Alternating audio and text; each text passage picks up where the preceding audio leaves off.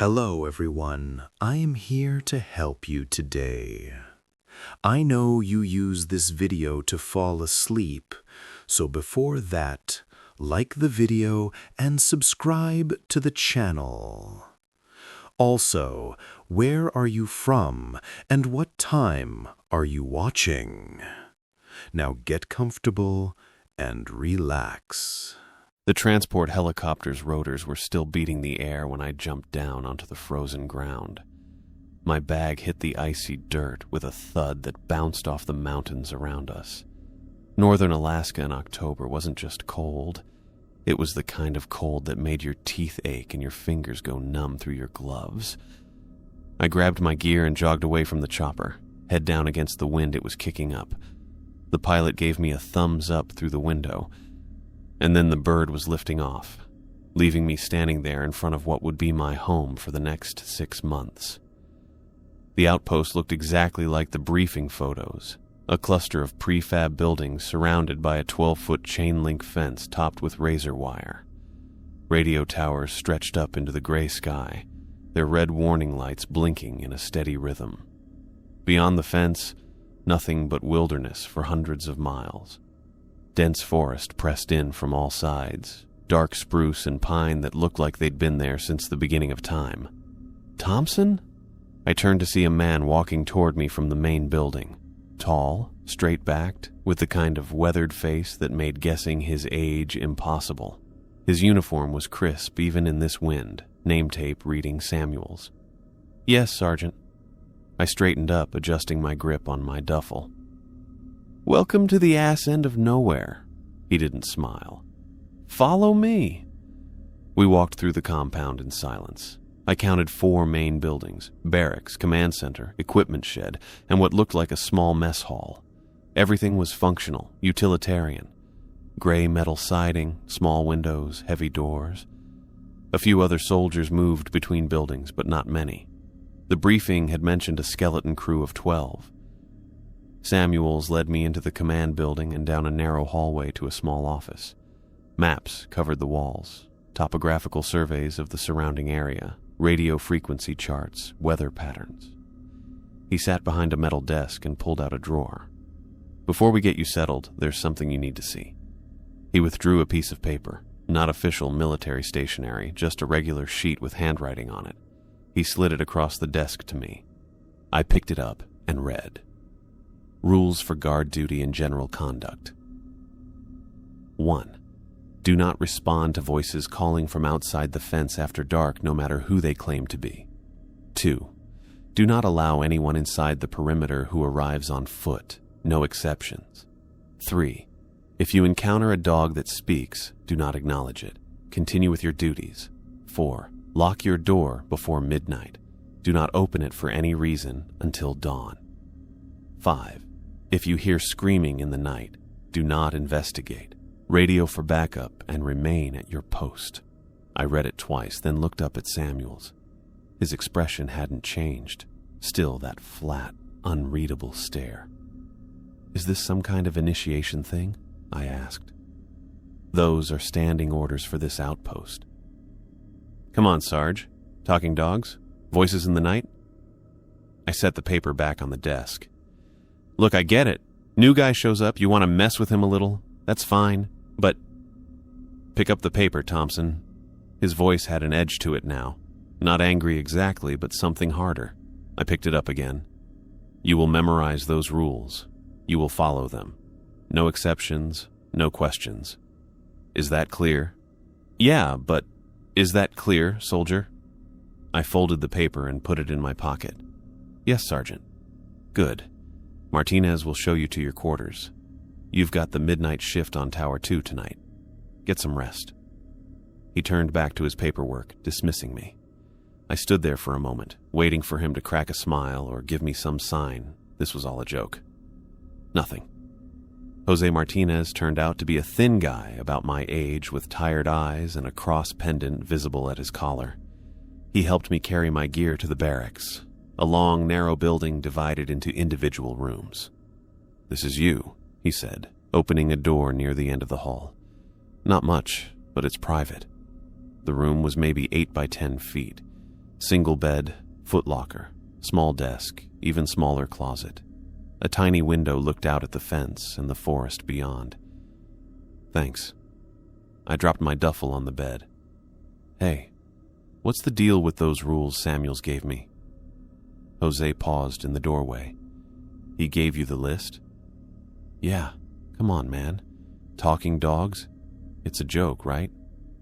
He looked at me for a long time, and I saw something in his expression I couldn't quite figure out. Pity, maybe, or worry. Just follow them, he said quietly. Trust me on that. Then he was gone, leaving me alone in my new room. I unpacked slowly, hanging my uniforms in the closet, arranging my personal items on the desk. The rules sat folded in my pocket, and I found myself pulling them out to read again. The whole thing was ridiculous. I'd been stationed at bases all over. Germany, South Korea, Fort Hood. Every place had its traditions, its ways of breaking in the new guys. This was just more elaborate than most. I tried to nap before my shift, but sleep wouldn't come. The wind howled outside, making the walls creak. Somewhere in the building a door slammed. Normal sounds, but in this place they seemed louder, more threatening. At 23:45 hours, I made my way to Tower 2. The previous guard, a kid who barely looked old enough to shave, handed me the logbook without a word and hurried back toward the barracks. The tower was just a raised platform with walls on 3 sides and windows looking out over the perimeter. A space heater buzzed in the corner, fighting a losing battle against the cold. I settled into the chair and opened the logbook. Standard entries, weather conditions, visibility, nothing unusual to report. Page after page of the same thing. I made my first entry. 00:100 hours, Thompson on duty, all clear. The first hour passed quietly. I swept the searchlight along the fence line every 15 minutes, checking for... what? Bears? Moose? The briefing had mentioned wildlife, but the fence seemed overkill for animals. Around 01:30, something changed. The wind died completely, leaving an absolute silence that made my ears ring. No insects, no rustling leaves, nothing. Just the buzz of the heater and my own breathing. Then I heard it. Michael? I froze. The voice came from somewhere beyond the fence, maybe 50 yards into the trees. Female. Familiar. Michael, honey, is that you? My mother's voice. Impossible, but unmistakable. I stood up, moving to the window. The searchlight beam cut through the darkness, showing nothing but trees and shadows. Michael, please, I'm hurt. I don't know how I got here. My hand reached for the door handle, then stopped. The rules. The first one. Don't respond to voices calling from outside after dark. I pulled my hand back. Baby, please, it's so cold. I think I broke my ankle. I can see the lights, but I can't find the gate. Every word was perfect. The slight Minnesota accent, the way she called me baby, even though I'd asked her to stop when I turned 18. It was her. Except it couldn't be. Mom was in Minneapolis, probably asleep in her apartment. She didn't even know I was in Alaska. Michael, why won't you answer me? I'm scared. I held onto the edge of the desk, knuckles white. The voice was moving now, going around the fence line. Always just out of sight. Just beyond the reach of the searchlight. I know you're there. I can see you in the tower. Please, just say something. Let me know you can hear me. My mouth opened, the words, I'm here, on the tip of my tongue. I bit them back, remembering Samuels's face. No exceptions, no questions. The voice continued for another hour, pleading, crying, begging. It knew things. The nickname she'd called me as a kid, the song she used to sing when I couldn't sleep, details no one else could know. Around 0300 hours, the tone changed. You're really not going to help me. Your own mother? The voice had an edge now, anger creeping in. I raised you better than this. What kind of son leaves his mother to die in the cold? I kept silent, staring out at the darkness. My hands shook as I wrote in the log. 0300 hours. Unusual auditory phenomenon outside perimeter. No visual contact. Fine. The voice was different now, colder. But I'm not the only one out here, Michael. And the others aren't as patient as me. A laugh carried through the trees. Not my mother's warm chuckle, but something else. Something that made every hair on my arm stand up. It started low and built higher, multiplying until it sounded like a dozen throats laughing in harmony. The sound circled the tower, growing closer, then farther, then closer again. I grabbed my rifle, checking that a round was chambered. Not that I knew what I'd be shooting at. The laughter continued until dawn, sometimes changing into words I couldn't quite make out, sometimes becoming screams or sobs or sounds that weren't quite human. When the first pale light touched the mountains, it stopped mid-laugh, cutting off like someone had thrown a switch. I sat there shaking, sweat soaking through my undershirt even in the cold. The forest looked normal now, just trees and shadows and morning mist. Birds started singing. The wind picked up again. At 0600 hours, Jose appeared to relieve me. He took one look at my face and nodded. First rule? I nodded, not trusting my voice. Yeah, that one usually comes first. He poured coffee from a thermos and handed me the cup. Gets easier. Not better, but easier. What was it? My voice came out rough. Don't know. Don't want to know. Just follow the rules, and you'll make it through your 6 months. I handed him the logbook and went back to the barracks on unsteady legs. In my room, I pulled out the list of rules and read them again. This time, I read them differently. Not as a joke or hazing ritual, but as warnings, survival instructions. I memorized every word. 2 weeks. That's how long it took for the fence to stop feeling like protection and start feeling like the only thing between me and whatever lived in those woods. I'd gotten used to the routine faster than I'd expected. Wake at 1400, eat in the mess hall while the day shift guys grab dinner, equipment checks at 1600, then either tower duty or perimeter patrol until 0600. The schedule kept us moving, kept us focused, kept us from thinking too much about what we'd heard in the dark. That night I had perimeter patrol, walking the fence line, checking for breaches, making sure all the gates were secure. October had gotten cold, dropping the temperature another 10 degrees since my arrival. My breath came out in clouds as I walked, boots crunching on the frozen ground. I was halfway through my second circuit when I saw him.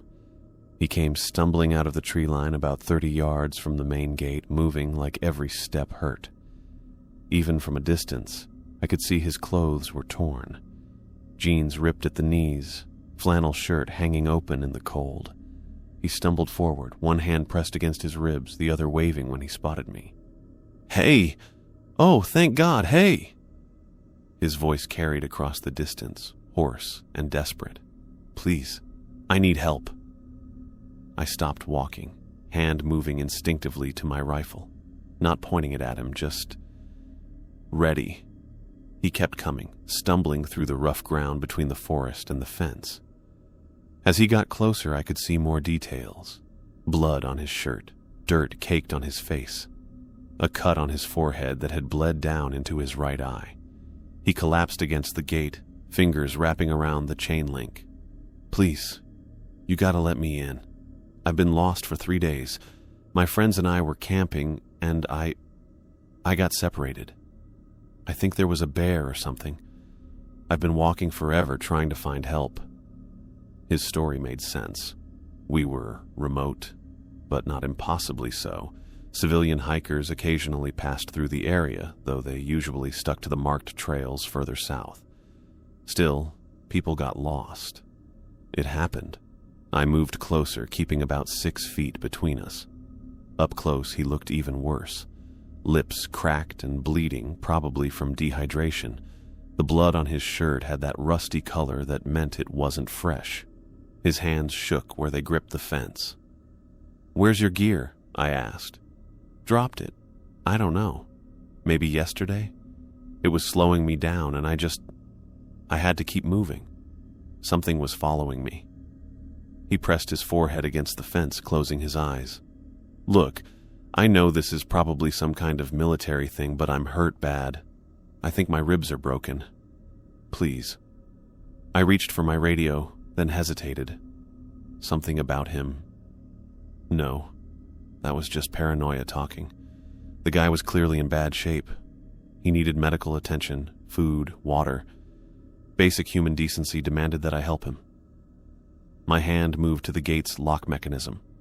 Rule 2. The thought stopped me cold. Do not allow anyone inside the perimeter who arrives on foot. No exceptions. My hand pulled back. I'll radio for help, I said. Get a medical evac out here for you. What? No, just open the gate. He rattled the fence, desperation creeping into his voice.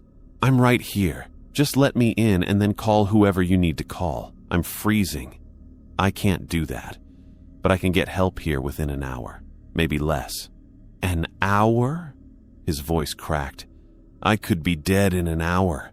What the hell is wrong with you? I unclipped my radio, keeping my eyes on him. Base, this is Thompson on perimeter. I need... The change happened so fast I almost missed it. His face moved. The bones beneath the skin seemed to move, stretching like someone was pulling putty. His jaw pushed forward, teeth growing and getting sharp. The fingers wrapped around the fence got longer, the nails turning dark and curving into claws. His eyes, Jesus. His eyes turned yellow and split horizontally like a goat's. He snarled, the sound nothing human throats could make, and yanked on the fence hard enough to make the whole section shake. The metal groaned but held. Those impossible hands reached through the gaps, swiping at me. I stumbled backward, radio falling from my hand. Let me in! The voice was still partially his, but layered now with other tones, deeper, hungrier. I'm so tired of waiting, so tired of asking nicely. The thing that had been a man pressed its twisted face against the fence, tongue, too long, too purple, hanging out between the gaps. It pulled at the chain link with impossible strength, and I heard metal starting to rip. I took my rifle off my shoulder, backing up another step. Stop, or I'll shoot. It laughed, the sound like grinding glass. Yes, make noise. Bring the others running. They'll have to open the gate then, won't they? To help their friend? The logic of it hit me cold. If I fired, if I raised an alarm, the other guys would come. They'd see what looked like a wounded civilian at our gate. In the confusion, in the dark, would they remember the rule? Or would basic training kick in, help the injured, ask questions later? The creature seemed to read my hesitation. It pulled harder at the fence, and I heard a support post groan. Another minute, and it might actually break through the barrier. Then, as suddenly as it had started, it stopped.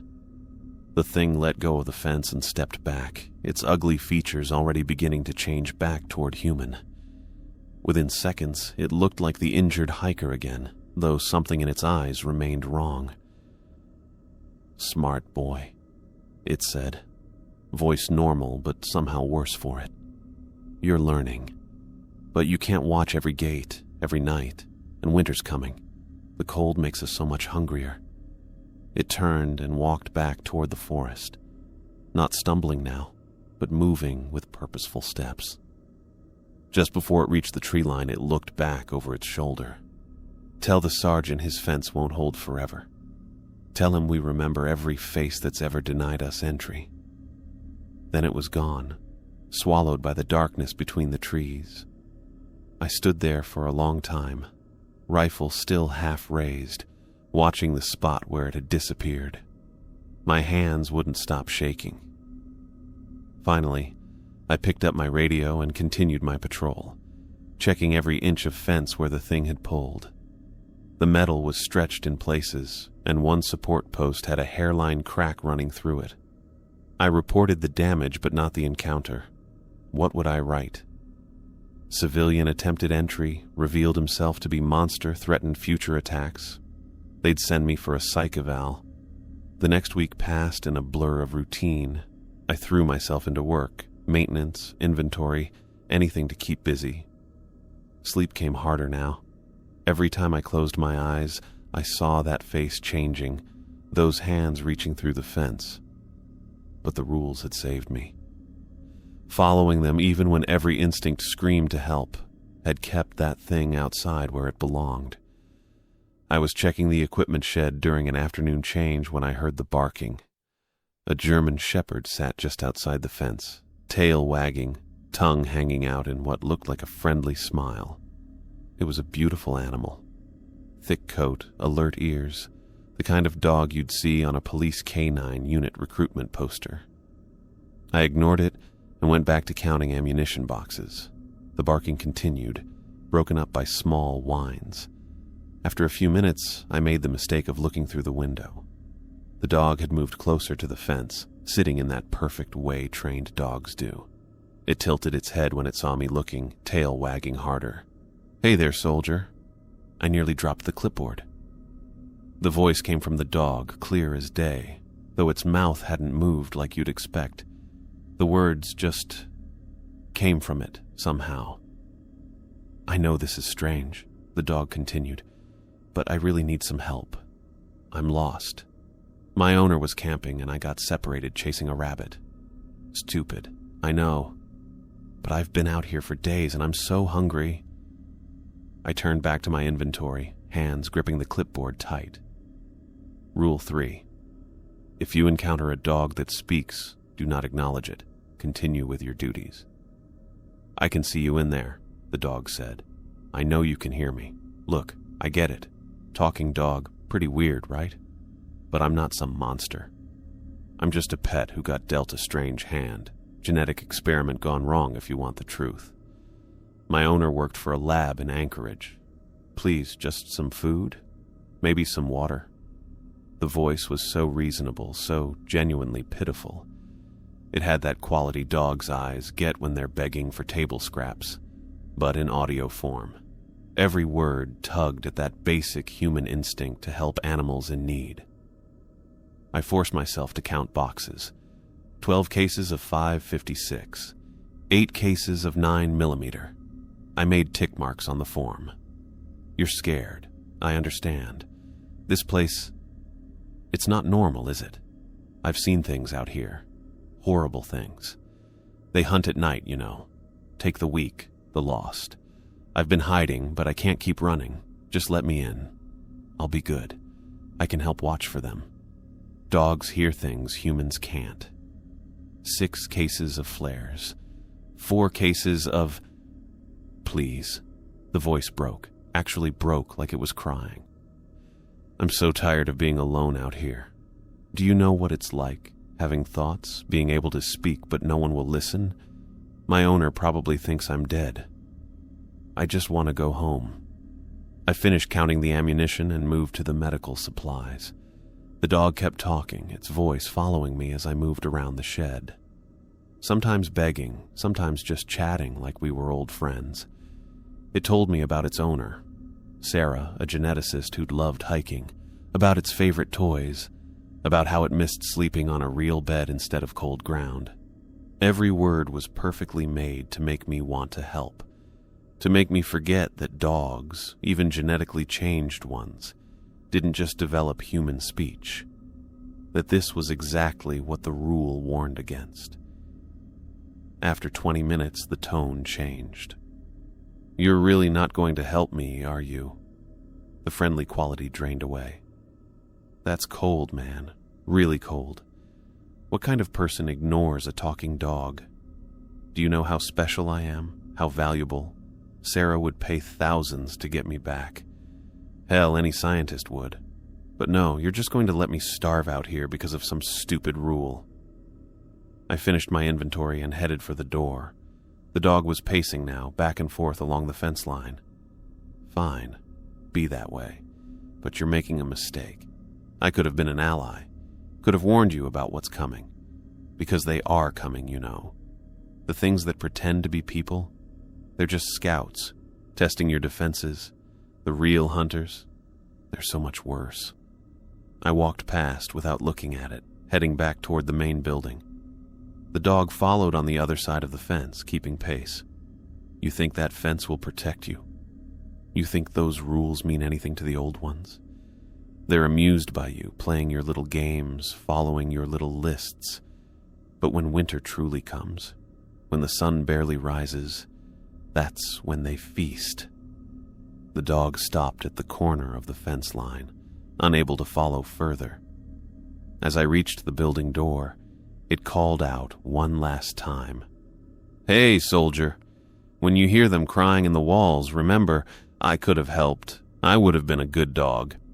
I went inside and closed the door firmly behind me. Through the window, I could see the dog sitting at the fence corner, watching the building. After a few minutes, it stood, shook itself like a normal dog would, and trotted back into the forest. That night in the mess hall, I sat across from Jose while we picked at reconstituted eggs. He took one look at my face and raised an eyebrow. "Which rule today?" "3. He nodded slowly. "The dog? Yeah, that one's rough. Sounds so real, doesn't it? So normal, except for the obvious part." "What are they?" I asked quietly. "These things." "What do they want?" Jose pushed his eggs around his plate. "Does it matter? They're outside, we're inside. The rules keep it that way. That's all we need to know."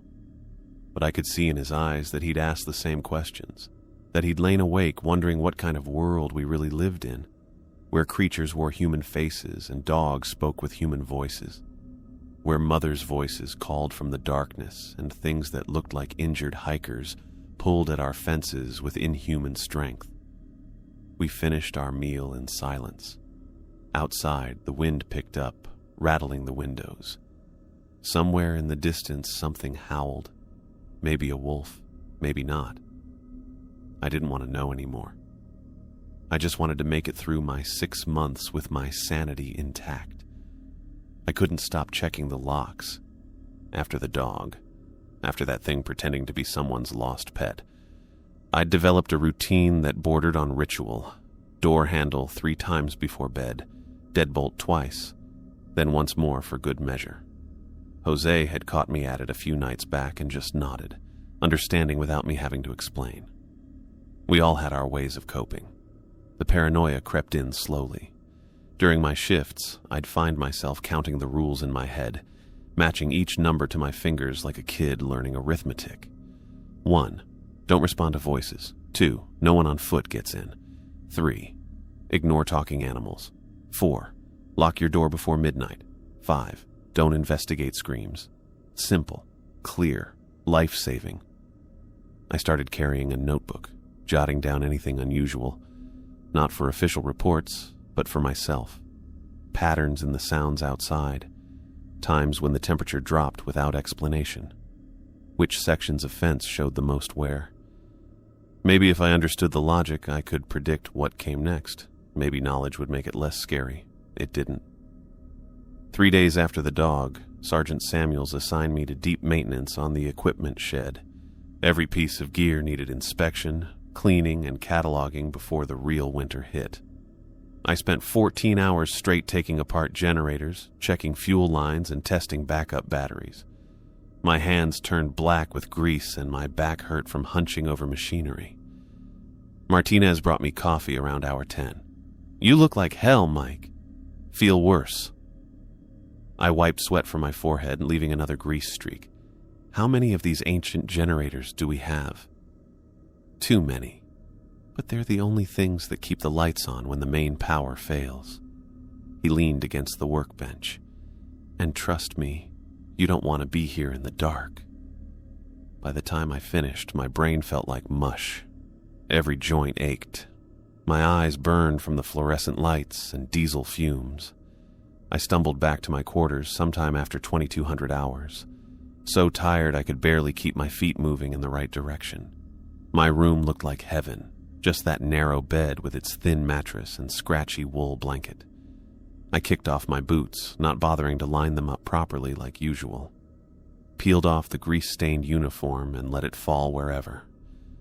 The pillow felt cool against my cheek as I collapsed face first onto the bed. Sleep grabbed me before I could form another thought. The cold woke me. Not the normal chill of an Alaskan night, but something deeper. The kind of cold that comes from opening a freezer that hasn't been defrosted in years. My breath misted in the air, and I could feel ice crystals forming on the wool blanket. I opened my eyes to darkness. The LED display on my alarm clock read 12:17 a.m.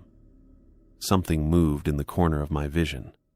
My body went rigid, that primitive part of the brain screaming danger before the conscious mind caught up. Slowly, fighting every instinct that demanded I close my eyes and pretend to still be asleep, I turned my head.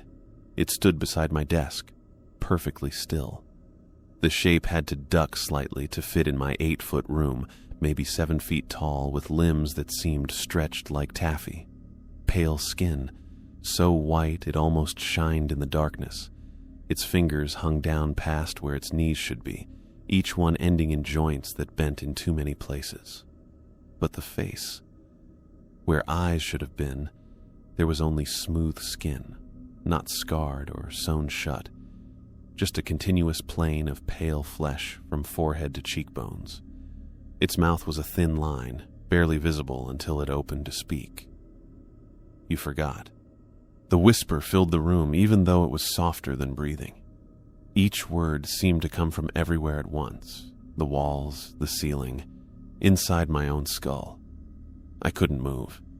My muscles had locked up completely. Fight or flight turned into freeze. The thing tilted its head, studying me with whatever senses it used instead of sight. Rule 4, it continued in that terrible whisper. Such a simple thing. Turn a handle, slide a bolt. But you were tired, so very tired. It took a step closer and I heard my floorboards creak in protest. Those impossible fingers traced along the edge of my desk, leaving trails of frost on the metal surface. Do you know what usually happens when someone forgets? The head tilted the other way, owl-like. Would you like me to tell you? My throat worked, but no sound came out. The creature began to circle my bed with slow, careful steps. Each footfall made no sound, even though it was so big.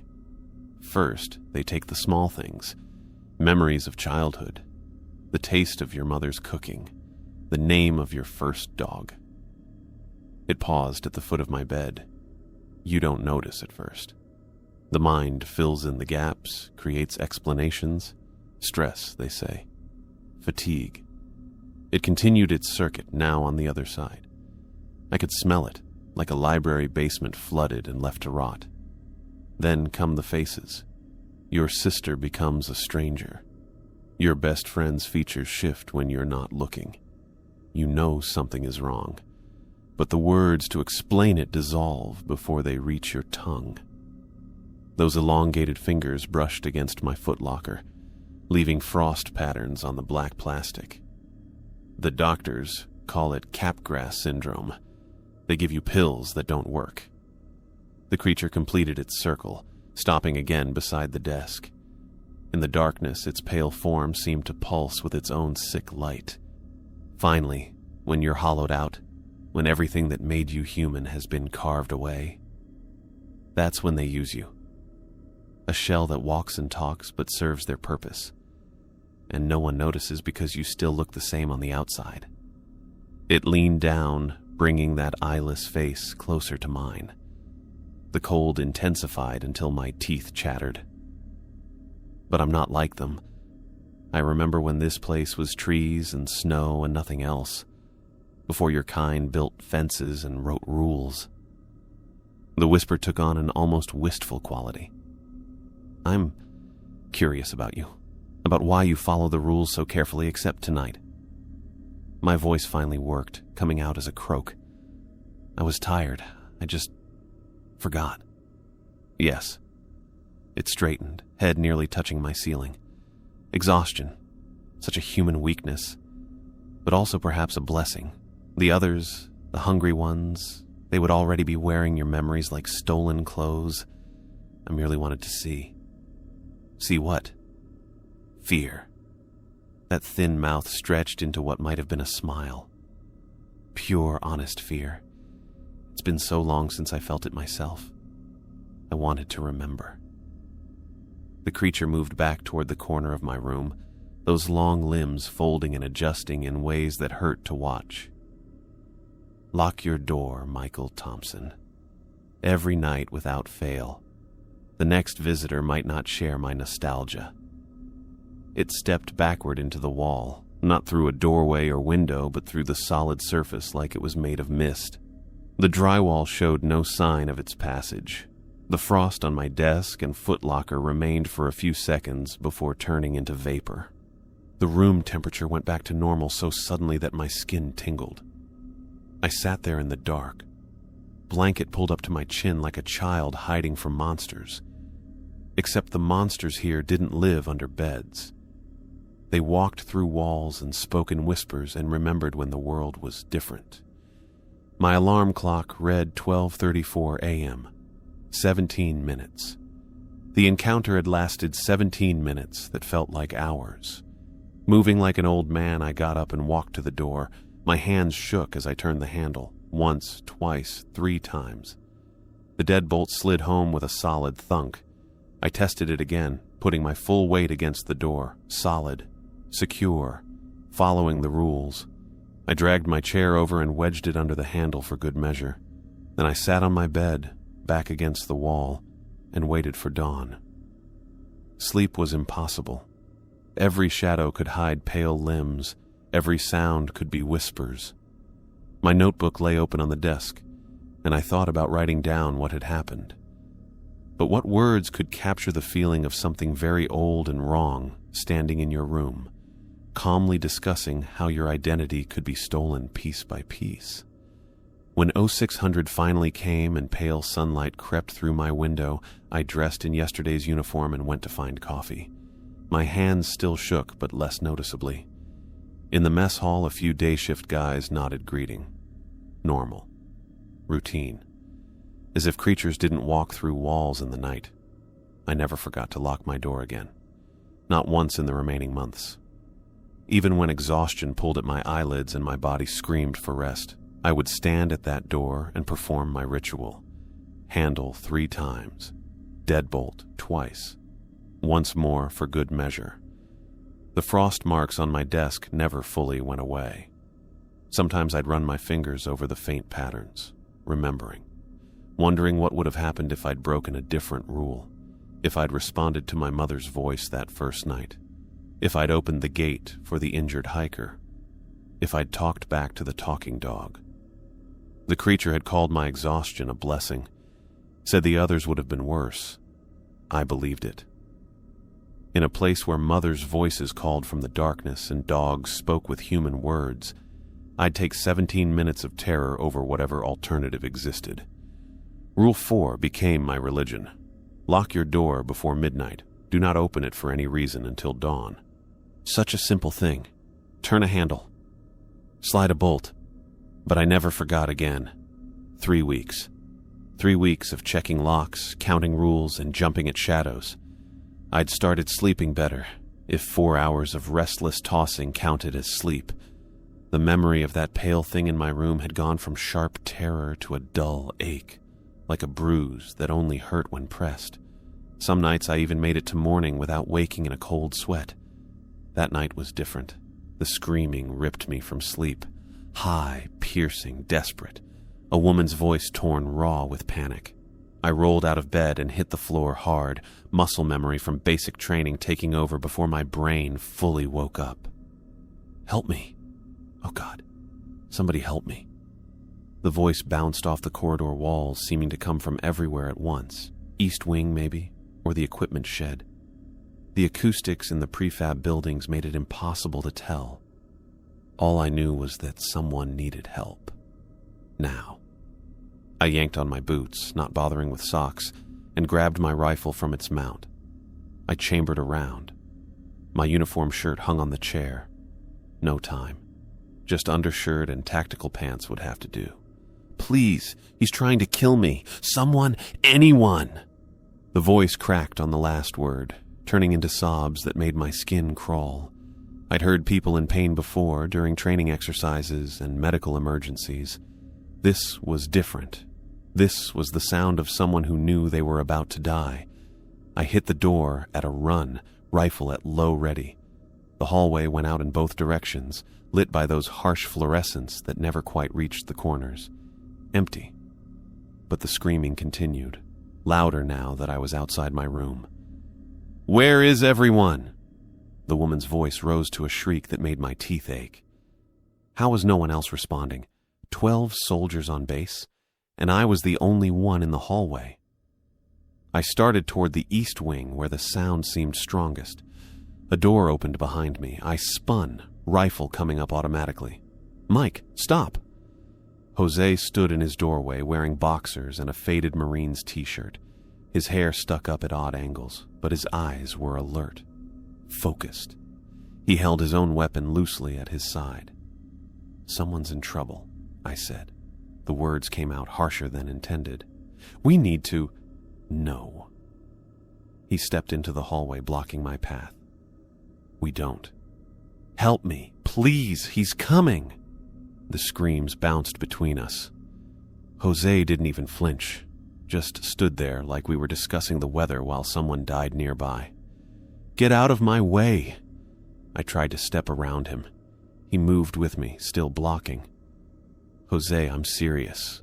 Someone needs— Rule 5. His voice cut through another wail. "When you hear screaming in the night, do not investigate. I don't care about the fucking rules right now." But even as I said it, my hands tightened on the rifle. The rules. Always the rules. They'd saved me from my mother's voice, from the thing at the gate, from the talking dog. But this was different. This was human. Real. Happening right now while we stood arguing in our underwear. "Get away from me! No! No!" Something crashed. Glass breaking, furniture turning over. The woman's screams took on a different quality. Wet, gurgling, like she was choking on something. I pushed past Jose, or tried to. For a skinny guy, he was stronger than he looked. He grabbed my shoulder and shoved me backward, then planted himself right in the center of the hallway. "You go out there, you don't come back." No anger in his voice, just fact. "Trust me. How can you just stand there?" My voice cracked.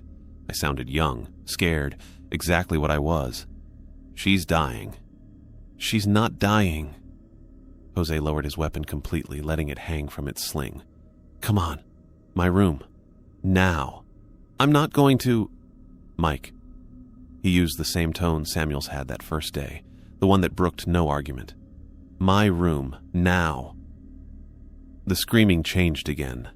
Multiple voices now, making sounds that made my stomach turn.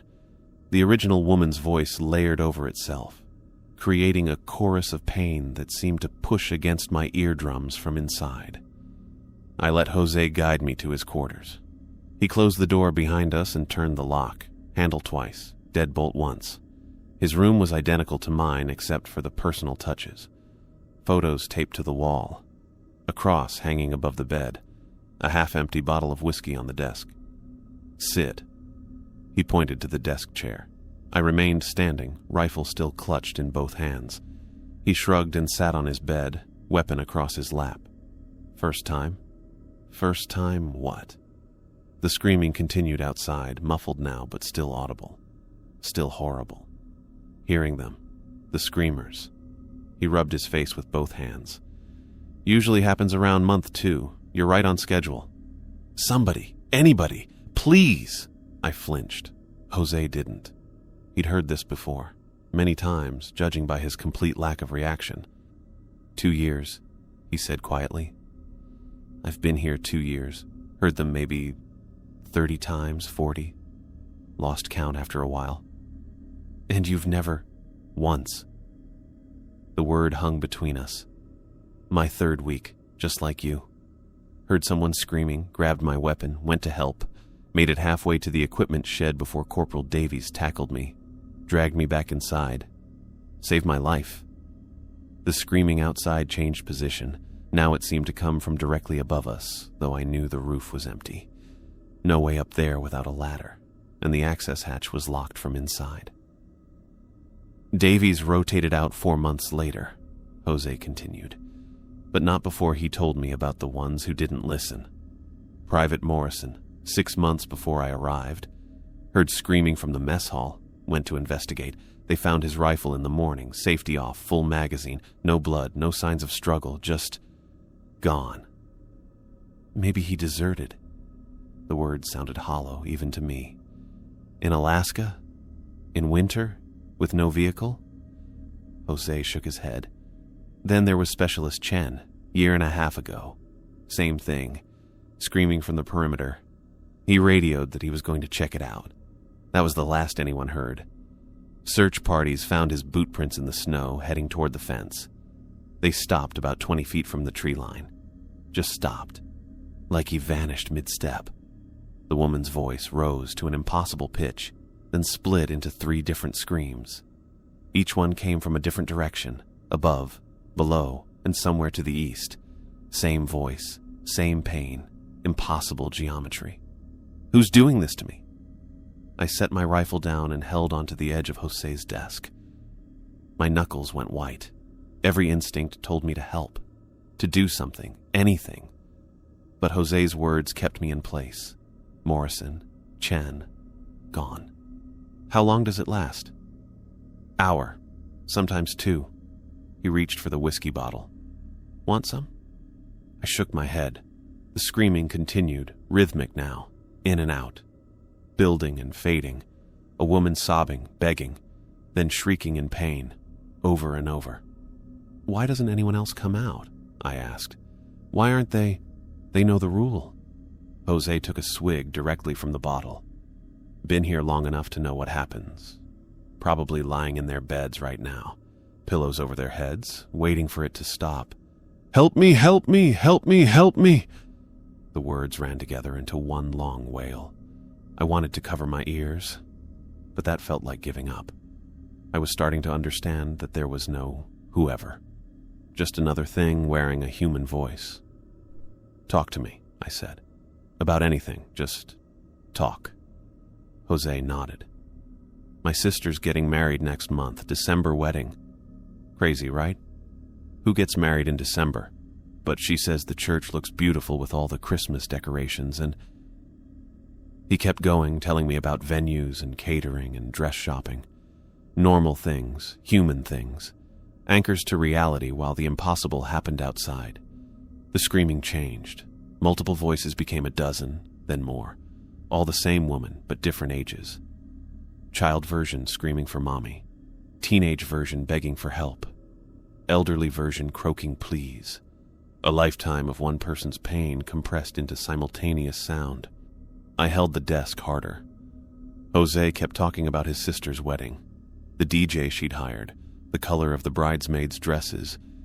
His voice steady and calm, like we were back in the mess hall instead of hiding from whatever hunted in our corridors. Then, silence. Not gradual, not fading. The screaming cut off mid-wail, leaving only the buzz of the heating system and our own breathing. I checked my watch. 01:47. We'd been in Jose's room for 53 minutes. Is it over? Wait. Jose held up a hand. Sometimes they... A single scream directly outside his door, so close I could hear the intake of breath before it. The doorknob rattled. Why won't you help me? The woman's voice, hoarse now, broken. I can hear you in there, 2 of you, armed, strong. Why won't you help me? Neither of us moved. The doorknob rattled again, more violently. Fine. The voice changed, became something else, deeper, angrier. Fine, let me die, but I won't be the last. I won't even be the worst. Footsteps in the hallway. Not walking, wet slapping sounds like raw meat against linoleum. They moved away, getting quieter. After 5 minutes of silence, Jose finally relaxed. Now it's over. I stood on shaking legs. My rifle felt heavier than it should as I picked it up. Every soldier who investigated, gone. He capped the whiskey bottle. No bodies, no explanation, just gone. The brass has to know, but what are they going to do? Close the base? Admit that something up here takes people who break the rules? So we just let them scream? We follow the rules. Jose stood, checking his weapon automatically. That's how we make it home.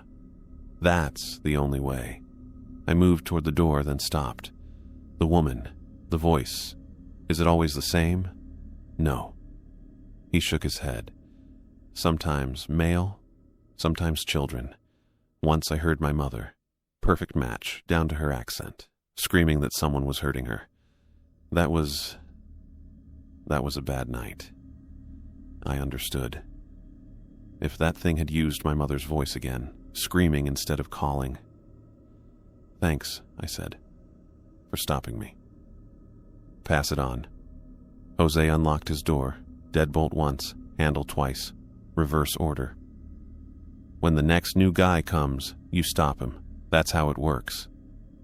I stepped into the hallway. Everything looked normal. No blood, no signs of struggle, no evidence that someone had been screaming for their life just minutes ago. But there was a smell, faint, already going away, like copper and ozone and something else, something organic and wrong. Mike, I turned back. Jose stood in his doorway, looking older than his 29 years. Check your locks, he said. Every night, no exceptions. And if you hear screaming again, and you will, just remember, whatever's making those sounds, it's not human. Never was. The ones who forget that are the ones who don't make it home. I nodded and went back to my room. 3 more months. 3 more months of rules and monsters and things that screamed with human voices. But I'd make it. I'd follow every rule, no matter how much my instincts fought back, no matter who seemed to need help, because Jose was right. The only way to make it home was to remember that nothing here was what it seemed, that mercy and compassion could get you killed, that sometimes the most human thing you could do was nothing at all. I locked my door, handle 3 times, deadbolt twice, once more for good measure, and sat on my bed with my rifle across my lap. Sleep wasn't coming back tonight. Outside, the wind howled through the mountains, and every gust sounded like someone calling for help. 3 more months.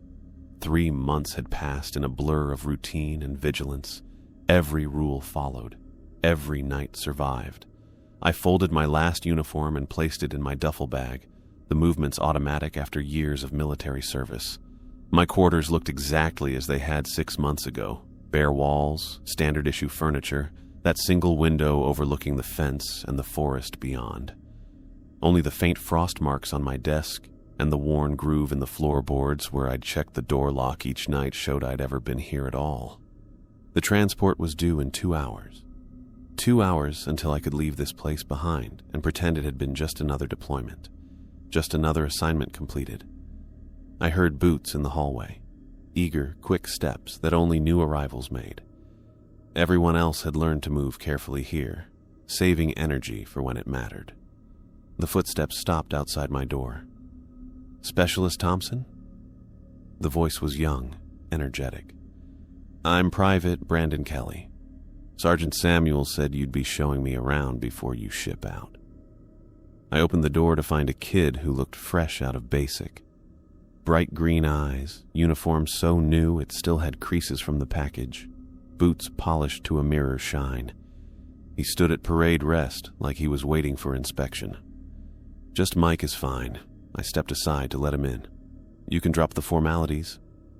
Brandon relaxed slightly, but kept that eager energy as he entered my quarters. His look swept the room, taking in the sparse details. Man, they weren't kidding about remote. Helicopter ride-in was insane. Nothing but mountains and trees for hundreds of miles. Yeah. I pulled out my notebook, the one where I'd tracked patterns, recorded observations, tried to make sense of the impossible. The pages were filled with notes about temperature drops, strange sounds, fence damage that repaired itself by morning. None of it would help him. Experience was the only teacher here. I flipped to a blank page and started writing. The rules came easily now, burned into my memory through repetition and necessity. 1. Do not respond to any voices calling to you from outside the fence after dark, no matter who they claim to be. Brandon watched over my shoulder, curiosity clear on his face. What's that?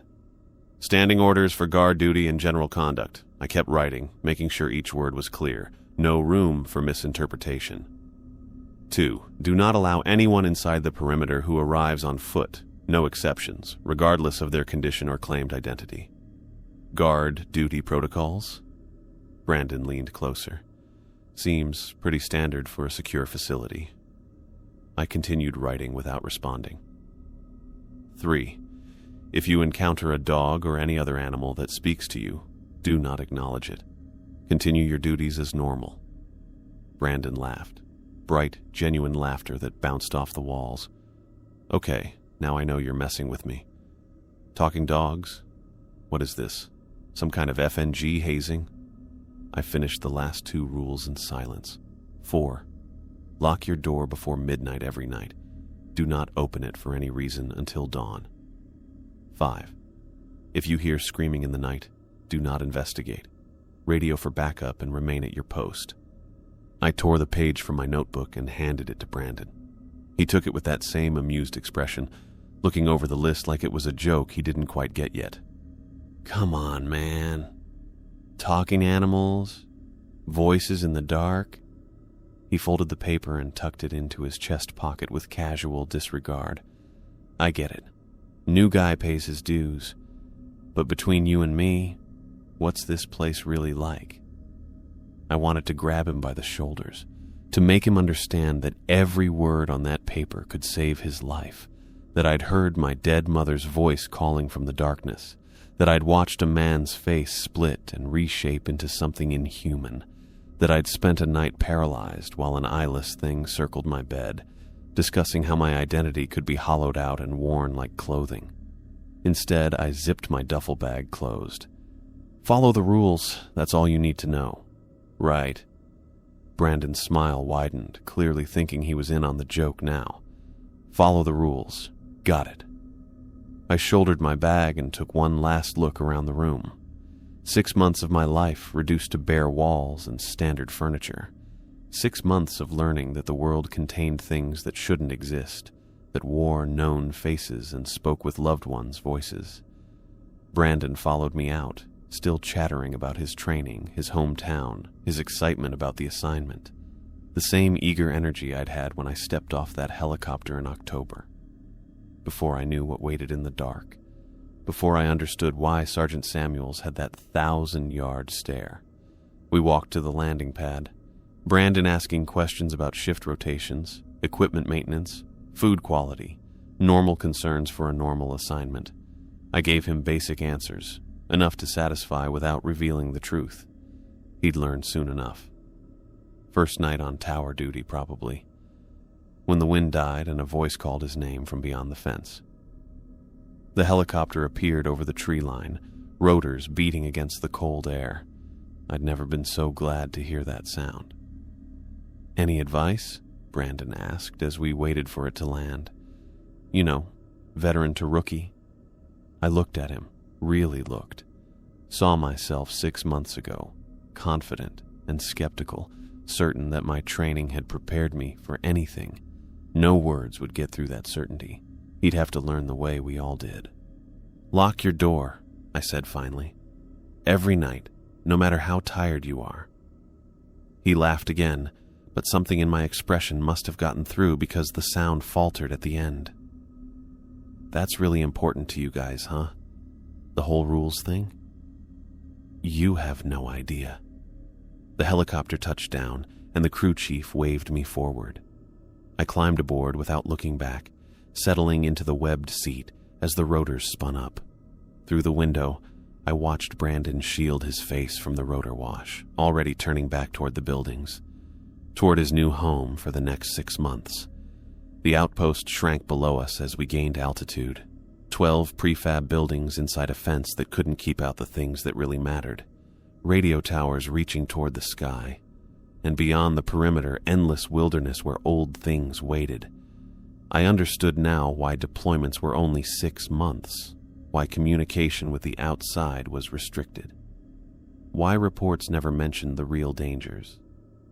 Some truths couldn't be processed remotely, filed in triplicate, and analyzed by people who'd never heard their mother's voice calling from empty forest. Some knowledge came with a price that couldn't be measured in dollars or man-hours. The helicopter banked south, carrying me back to a world where dogs didn't speak, and injured hikers were actually injured hikers, where locks were about property theft, not survival, where screaming in the night meant someone needed help. Brandon would face his first test soon, maybe tonight, maybe in a week. He'd hear something impossible and have to choose between his training and those 5 simple rules. Part of me hoped he'd remember our conversation, that some instinct would make him pause before opening that door or answering that voice. But I knew better. He'd do exactly what I'd done. Question, doubt, nearly die learning that the rules weren't suggestions or hazing or tradition. They were the only things standing between us and whatever waited in the dark. The outpost disappeared behind us, swallowed by mountains and distance. I closed my eyes and tried not to think about Brandon alone on tower duty, searchlight sweeping the fence line, when the wind suddenly stopped and a known voice called his name. He had the rules. That would have to be enough. The helicopter carried me south over endless wilderness, back toward cities and crowds and normal human problems. But I knew I'd never really leave that place behind. Every time I locked a door, I'd check it 3 times. Every time I heard a dog bark, I'd wait for words. Every scream in the night would make me freeze, counting to 5, remembering. Some deployments you came back from unchanged. Others left marks that didn't show on medical evaluations or psychological profiles. Scars on the inside, where nobody could see them but you. 6 months at the outpost had taught me that the world was stranger and more dangerous than I'd ever imagined. That survival sometimes meant ignoring every human instinct. That there were things in the dark that knew our names and wore our memories like masks. Brandon would learn all of this, or he wouldn't, and they'd send another replacement in 6 months to receive a handwritten list of rules from Jose, or whoever else survived. The cycle would continue. It had to, because somewhere in those mountains, beyond the fence and the rules and the illusion of safety, things waited for someone to forget to lock their door